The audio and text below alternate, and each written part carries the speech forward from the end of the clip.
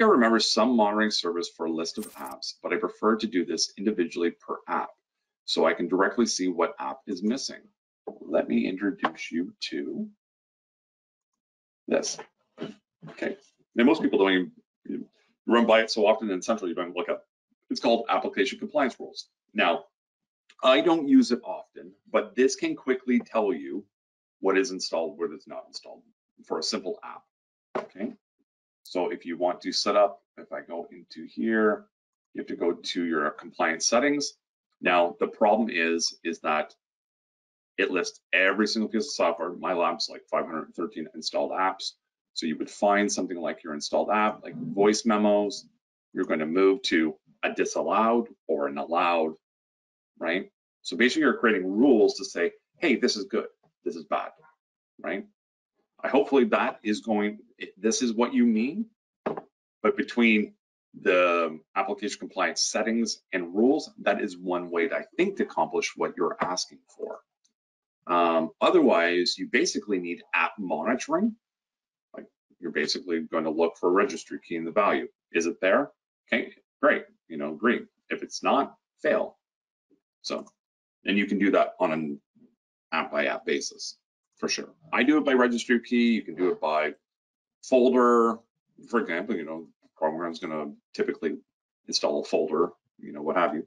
And if it's the folder's there, great, it's installed. If it's not, then it's not, right?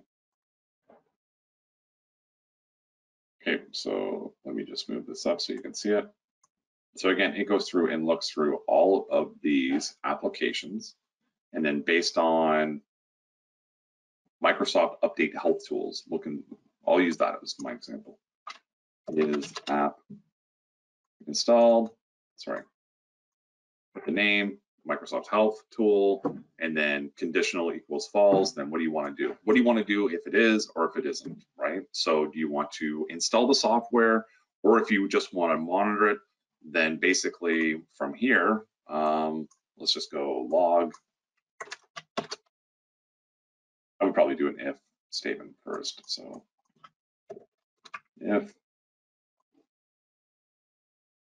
link is application installed conditional equals false, then what do you want to do? Probably just log it. Okay. Putty is not installed. So from there, what you're going to do is now save that and use that as custom monitoring right here. You're going to come into add service automation policy, and then you're going to add in, you have to upload it to N-central first, so it needs to be in the repository first, so it's listed here. Then you're going to pick it, and then you're going to add it to your custom monitoring, schedule it, and everything else. That's it. Being pretty straightforward. Kind of breeze through that as quickly as I kind of could. So I apologize if that was too quick. If it is, again, you guys can send me an email.